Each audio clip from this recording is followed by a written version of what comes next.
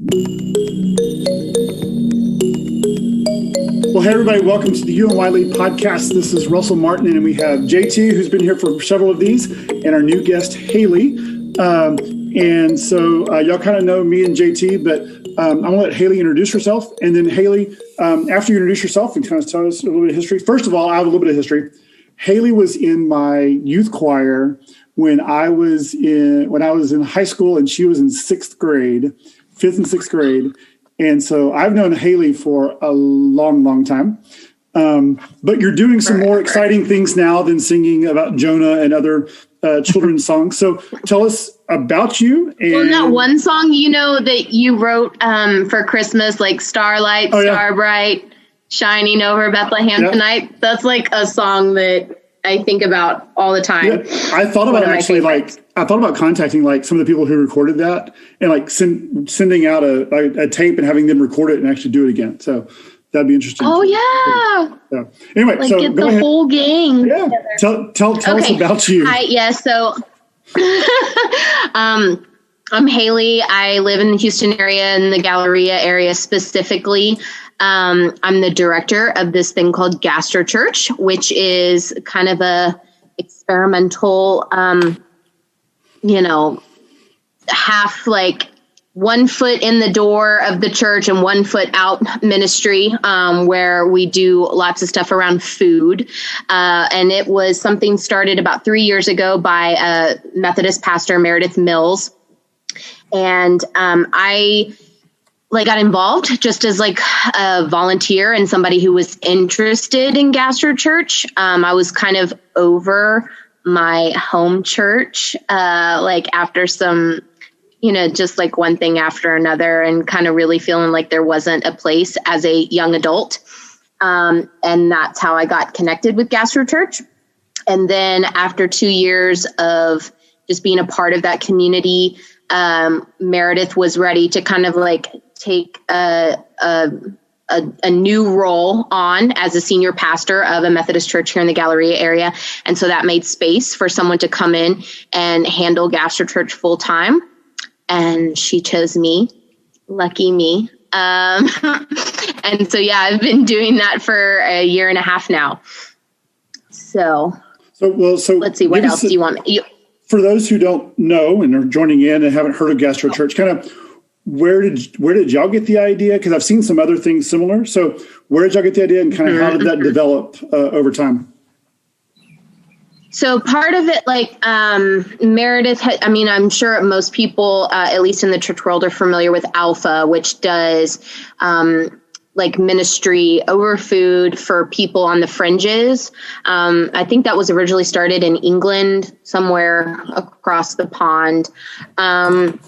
That's like kind of a bit of, there's a lot of similarities. But Meredith first really got this idea because when she first was ordained, she still fit into that young adult category. I don't know. She may try to argue with me that she still does now, but she really doesn't. Like once you're married and have 2 children, I don't care what age you are, you're not a young adult anymore.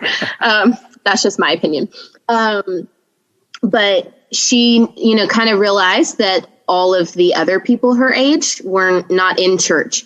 And it wasn't necessarily because they didn't believe or they weren't Christians, but just because they weren't. Like the way that church was happening traditionally wasn't, I don't want to say it wasn't appealing, but it wasn't where they wanted to be.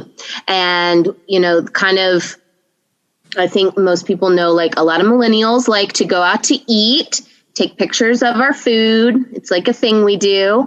And so that was kind of like where the inspiration came from Meredith of like, how can I, present an opportunity for people to have serious conversations about spiritual things over food.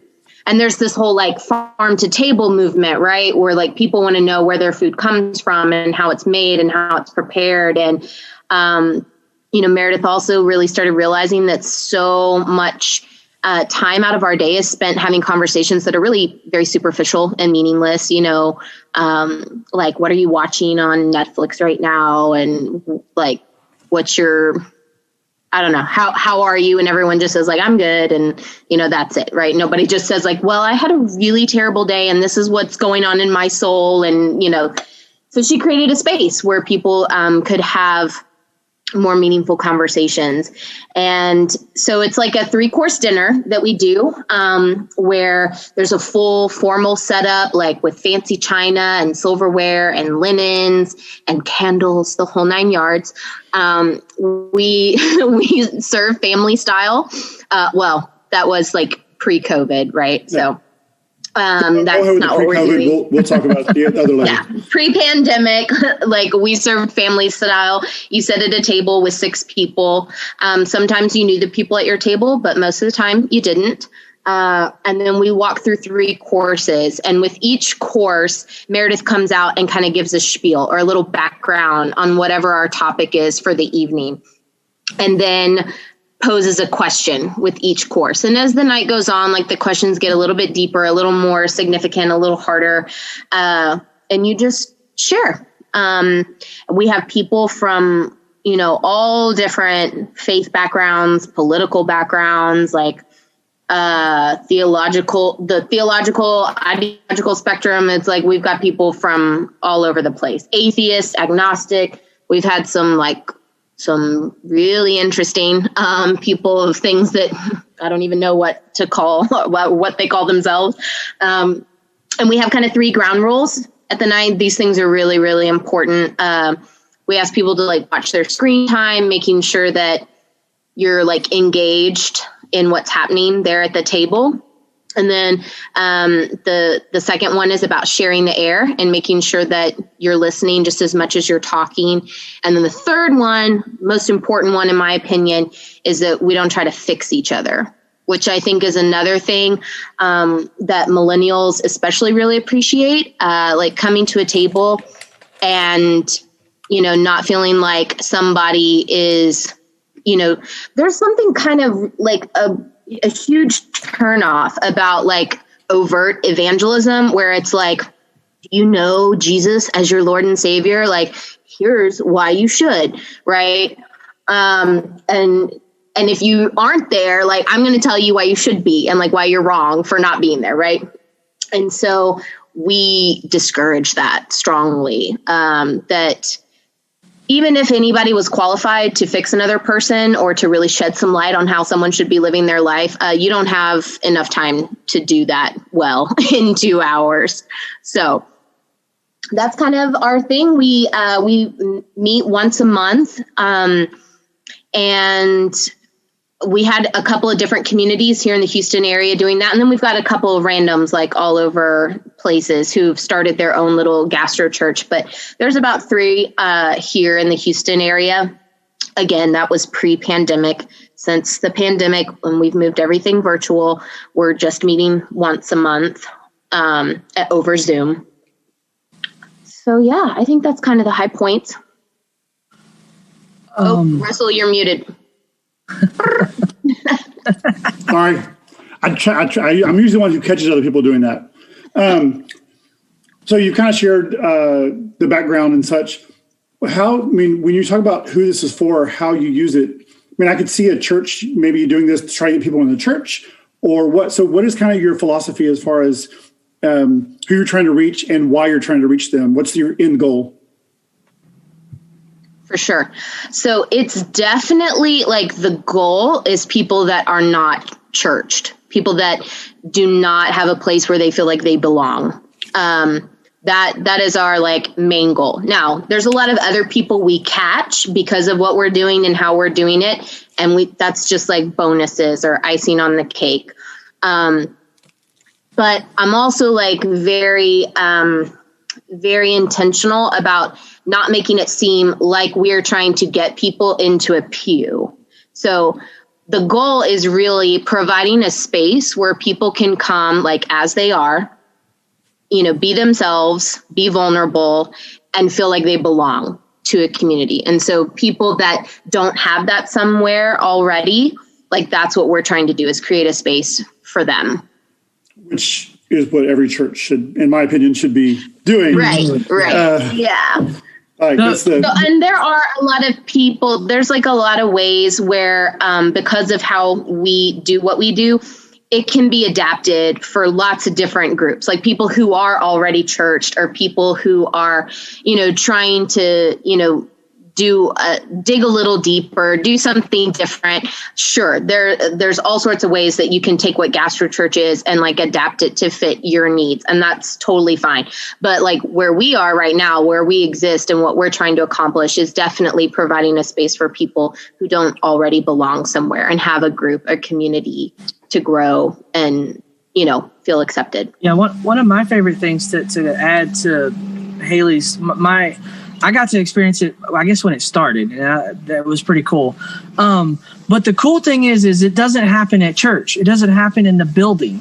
And it happens in a park or it happens in somebody's backyard, like Paige and Austin. That's where I went the first time. And then the next time that I went was in the park in League City, and it was awesome. Mm-hmm. And they were totally different. They were totally different themes, different group of people, which was really, it was, mind opening, in that aspect of being it. You get to meet other people and you get to have a different kind of conversation with that different person that sits, and you may not even sit down at the same table as your spouse, because you kind of break up for the evening and you get to have those kind of awesome, deep conversations, or it could just be friendly, like this very open space. And it was awesome. But I love the fact that it's not necessarily on Sunday. It's not physically at a church. So it's very non-threatening, which is like probably the number one thing about it.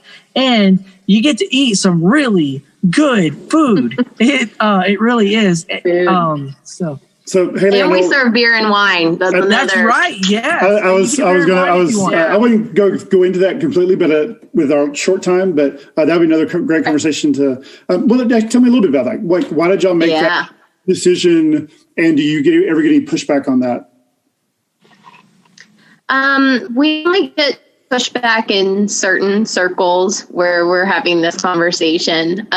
We never get pushback from guests or attendees or any of our leadership within the Gastrochurch world. So, and Meredith can go toe to toe with anyone who wants to debate her on this topic, because there is a lot of theology woven into beer and wine. And probably the number one bit of pushback that we get involves wanting to be sensitive to people who are in recovery. And yes, of course, obviously. But Meredith's kind of comeback to that is that in terms of people who are struggling with addictions and things that aren't good for them, the church is not necessarily a safe space for anyone. People who are battling diabetes or obesity, where do you get as many donuts as you want, on a Sunday morning? Like, the number one place other than the donut shop itself is a church on Sunday morning, right?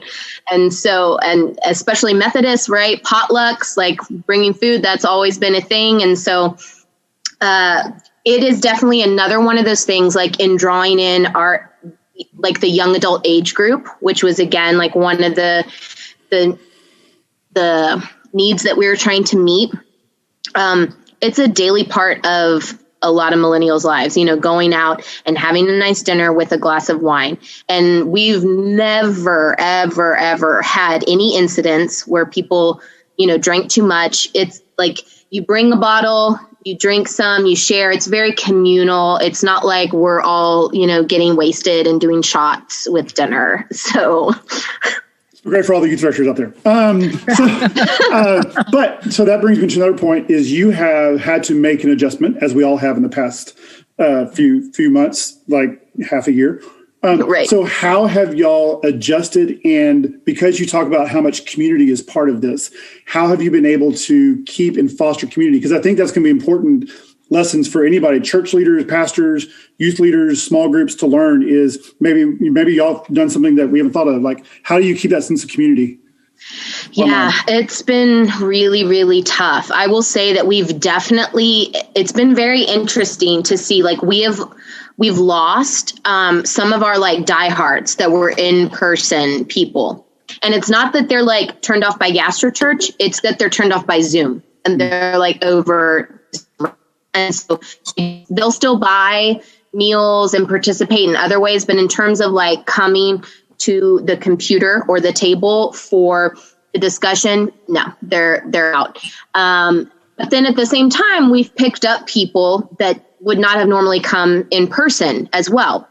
So, there's a little give and take. Right as, the pandemic was really stretching its wings here in America, we were in the process of doing like a first time trial of a weekly Gastrochurch. So in the month of April, we had planned, and we had done all of this. I had done all of this preparation work to get us ready so that we could do a weekly Gastrochurch, which back when you're in person, that was a huge undertaking. That's a lot of dishes. That's a lot of laundry. It's a lot of tables and chairs to be setting up every single week. So we had done this whole thing. We were calling it the Food of Life series. It was going to be beautiful around, Easter. So we were going to do like from the garden all the way to Pentecost, and each dinner had like this, great content and really yummy menus. And then the pandemic hit, and it was like, okay, are we going to just like stop? Or are we going to just push pause and like hope that in May we'll be back, or June, and at the end of the day, we decided to try and figure out how we could make this happen virtually for two reasons. One, like people were stuck in their homes and still like really craving something. Like this is before everybody was zoomed out, right? And the second thing, which is something that I kind of did as I came into my role as director. Before I came on staff, Meredith was reaching out every month to find new chefs to cook. Most of the time they were amateur cooks, like people who just loved or had a heart for cooking for a big group of people or something like that. And I was like, no, I can't be spending all of that time, hunting people down, like teaching them. Because even if you know how to cook for a big group, like cooking for Gastrochurch is another animal. Understanding like why we choose the menu we do and like how you need to plate and timing and all of that. I mean, it's just a mess. And I got hooked up with a couple, husband and wife, who had just started their own catering business. Husband was an executive chef at a hotel here in Houston, and wife was a pastry chef. And it was like they were a godsend. And so they have been our caterers ever since like September of last year. They do all of our food. And then he got laid off in March, or right at the beginning of April. And so it was like, okay, not only do we need to do this for our people who still want content, but we need to do this for them to support this like small business. And we had a huge response. It also so the pandemic has had a few little blessings for Gastrochurch too. I almost hate to say that because it sounds weird, but we've solved some problems that we had pre-pandemic that now we don't have anymore, because we were forced to like figure it out. And one of the things is pre-pandemic, we couldn't charge ahead of time for Gastrochurch. So people would sign up, and then we would say like, give what you can. We appreciate whatever, like this is about what it costs per person, but no one's like obligated to give anything. Right. Which meant that we were not always, what's it called? Like when you're breaking even. Yeah. In fact, most of the time we weren't. But now and the reason we did that is because we always were having these new different chefs, right? And so you have to have permits and catering license and all these things, like if you're not like an official catering business with all the hoopla. And so our the Catalans, they have all those things. And so we were able to start charging ahead of time and running all of that like through them and not through Gastrochurch. And so that was a huge godsend for us and obviously to them. And like people showed up. I mean, that first month we did these virtual Gastrochurches every single week in the month of April. And each week, like the numbers just went up and up until I think the end of April, the last week, we did something like 75 meals. And yeah, that's huge for us. So we also we got hooked up with Methodist Hospital, which had started providing meals for healthcare workers who worked specifically on COVID floors. And then we came up with this idea, this opportunity that even if you didn't want to buy a personal meal for yourself, you could buy one to be donated to a healthcare worker. And then our sales doubled. And that has been the case ever since. Every single month since we started offering that, we have sold more donated meals than personal meals, which is, it's crazy. It's awesome because we're doing two things with those personal meals. Like someone is paying this small business, Morsel and Crumbs, our caterers, to make like a 3-course hearty, professional, yummy meal. And so the first couple months we were donating those to healthcare workers. And then we switched gears about, I guess, July, because we had a conversation with our leadership team, and we had a nurse on our team. And she said, as a nurse, I really appreciate this effort and thought, and first, I appreciate a warm meal when I'm coming in to start my shift, but at the end of the day, I have a job and I am still able to provide myself with dinner. And so me personally, I'd rather if these donated meals were going somewhere else. And so we have this relationship with Michael Ginger's church in Galveston Central, who, he's always hitting it out of the park, right? He's doing amazing things and is really in the community with some of the most vulnerable people, that we've got out here. And they host us every year for our Harry Potter fundraiser. And so I reached out to him and I was like, how could we come and walk alongside you? And pre-pandemic, he was feeding people in the community once a week. And then once the pandemic hit, they bumped that up to 3 times a week. And they have anywhere from 45 to 75 people coming 3 times a week for a hot meal. And so that's where we started putting our donated meals to. And so every Thursday in the month of August, we were down there cooking and feeding them. And then since then, we've picked up 2 Thursdays a month, which I was actually at this morning. I literally walked in the door right before this started. So that's been how we've kind of adapted. Now, as far as logistics go, we do kind of like a curbside delivery. There's a cutoff the Thursday before Gastrochurch where you have to get your meal in by.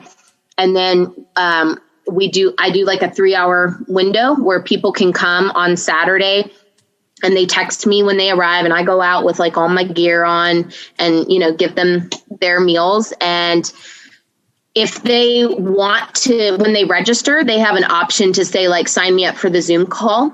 And if they don't check that, they get an insert in their to-go bag that has the written content of what we're going to cover and the questions. So we've got people that are doing it as a date night. We've got people that are doing it at home with their kids. I've had to rewrite some of our stuff a couple times to make it a little more kid friendly, for 12 and under, essentially. And so that's basically how we've been doing stuff virtually. And it has been really interesting because, like I said, we've lost a lot of those people who are our diehard, there every single month in terms of the Zoom call. They're still buying the meals and whatnot and participating in their own way. But yeah, that's what I was, I've asked this with several different people, our day school director, local restaurateurs, church leaders, is what are the things that you have learned through this that you're going to keep doing when it's over eventually? And what are some things that you stop doing, that you're like, we're not going to start this again? Yeah, for sure. Like, we will always charge ahead of time now. That's huge. There was always this like weird math happening before the pandemic, say 50 people signed up. I knew 30 people were going to come. And of those 30 people, 15 of them would have signed up before, and then the other 15 would just be showing up. And it was just always this wacky thing of not really knowing how much food to prepare, how much to cook, if people were going to have dietary restrictions, all this stuff. No mas. From now on, like, you will have to pay ahead of time, and you will tell me all those things. And that, that's like a huge problem solved. Is there anything else that y'all have learned? And then sorry, go ahead. Yeah, I think that we'll definitely continue offering the option where you could come and pick up the meal to go as well, like where you don't have to come to Gastrochurch in person if you don't want to, because we've also had members of the Westminster community where Meredith is serving. We've had them, become some of our most avid supporters. Like, they buy meals every single month, and they never participate in the Zoom call. And I think that's not because there isn't a desire there, but they know that, that Gastrochurch is real. It's not like for them specifically. Right. And so they're, some of the older people in the congregation, or, they're churched and they've got their small group and their people and the places where they belong and have discussions. And so I think we'll continue to offer that, for them. But then also, for sure, we're going to continue to offer this, like, donate a meal, like buy one, donate one, because people, the response has been so huge. And I don't know what it is. I don't know if it's just like a convenience thing, or if people just really love knowing that, like, we're doing that as well. And, like, it's a way for them to do it as well. Definitely during the pandemic, right? Volunteer opportunities have been very slim. And so I think people felt like this was a way for them to give back and to be actively, doing something. So yeah, I think those are our like big takeaways. We've also, we've hosted 2 Gastrochurches that were specifically to tackle racism. And the way that we did that was in partnering with 2 other groups here in Houston. And those have been some of the most powerful Gastrochurch conversations, like over Zoom. And I think not only because of like what we were talking about and the weight of it, but because it was definitely this huge blend. Like, we had people from all over on the Zoom call of all different backgrounds with, different stories. And it was just like a really incredible collaboration where, we hadn't like partnered with other Gastrochurches before. And why? I don't know. It's just, there's so many things going on. It's like hard to, to think about that. But now we know like how awesome and great that was. And so that's definitely something we're going to do in the future as well. Haley, I'm sorry, Russell. I had a question.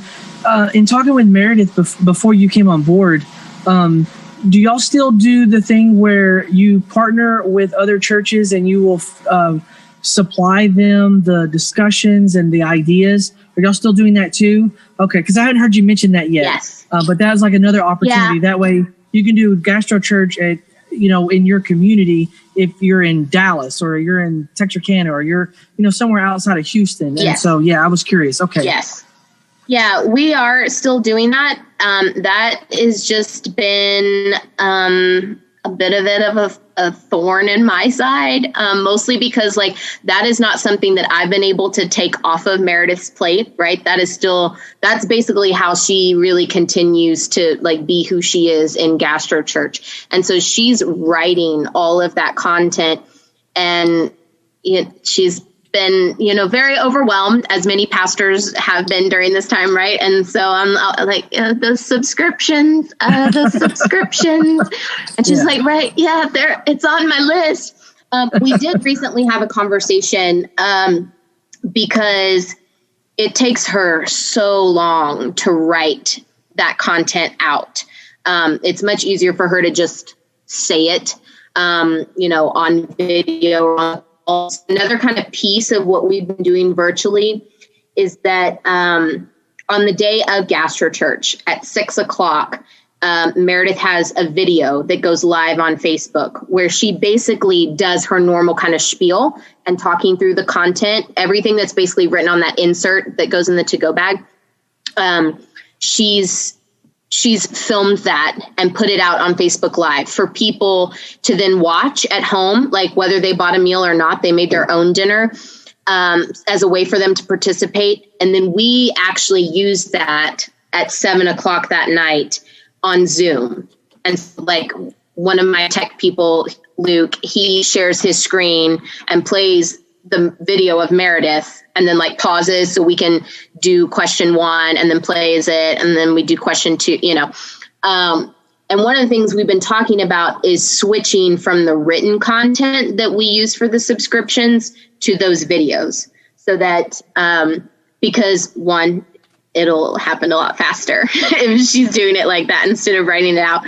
And then 2, then, people have the video to use and watch like as a small group or, at home or a Sunday school or whatever to use however they want. So yes, that is still a thing that we are doing for now. we have used that, JT. And so we got the whole first year and we did about 4 of them and then COVID hit, and so that changed it. But that was actually I had 2 final questions. That was one of them. The other one is, how do people get connected? Whether we are wanting to, if we're in Dallas or something like that, and want to make our own meal but still connect with y'all, or if we are suddenly find ourselves in the Houston area in a couple of months and want to connect with you with Gastrochurch, how do we get connected with you?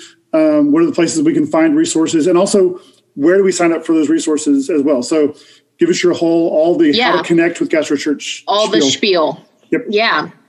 Okay. So the easiest way to get any information about Gastrochurch is to email me for sure.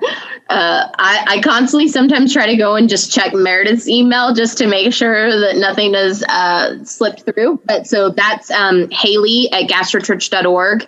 And that's Haley for all those crazy people who spell Haley weird. But we're also, a lot of our content is on Facebook and then our website, which is also www.gastrochurch.org. Most everything that you could possibly want to see or know, or videos or examples of what we're doing, is on Facebook. That's the best kind of spot. But yeah, if you want to sign up to, as a subscriber to get access to the content, we, Russell knows, like, we give you graphics, we give you like the content itself, like an actual script to read through, and the questions, and the menu with recipes. So like we give you a lot of stuff, and it's only $20 a month. And like Russell said, he has access right now to like 25 gastro churches. So there's plenty of stuff, to do, even if you're not, to do gastro church once a month like us.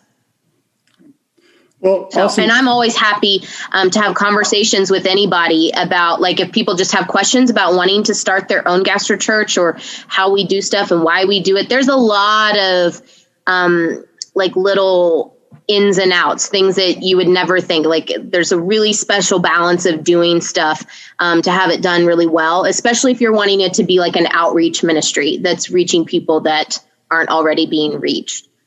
So yeah, go ahead, Russell. No, I was gonna say, JT, you have any other follow-up questions or thoughts? You have like 3 minutes. Other than it's awesome, and the Harry Potter thing, the fundraiser is incredible.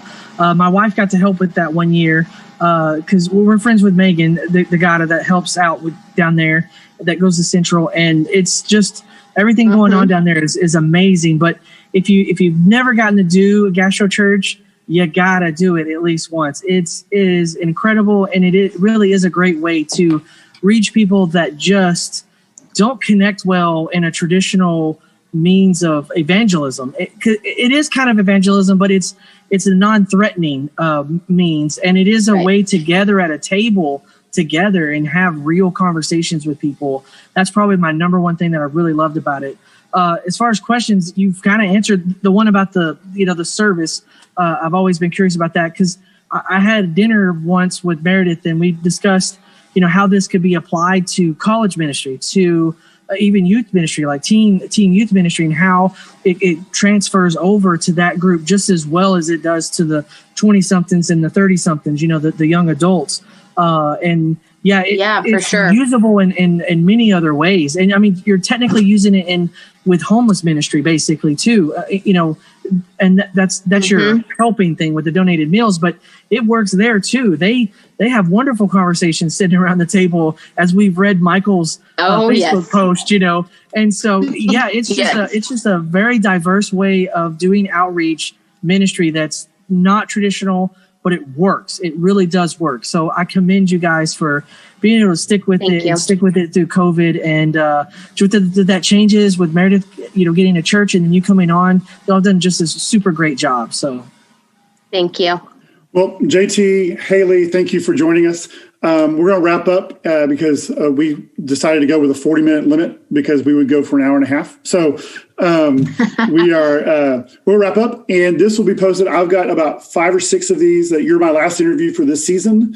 And so I'll be posting these over the next couple weeks, getting them all up there. But if you're looking for where we are, if you are watching this on YouTube, then also it's on UMYLEAD.com. So, and UMYLEAD for podcast everywhere. Haley, if you'll send me an email with all your links, anything that you've mentioned, and I'll try to remember stuff too. We'll make sure and put all those in the show notes so that way people can be able to connect with you. So thank y'all very much, and we'll see you next time. All right. Okay, sounds good. Thank you, Russell. Thanks, JT.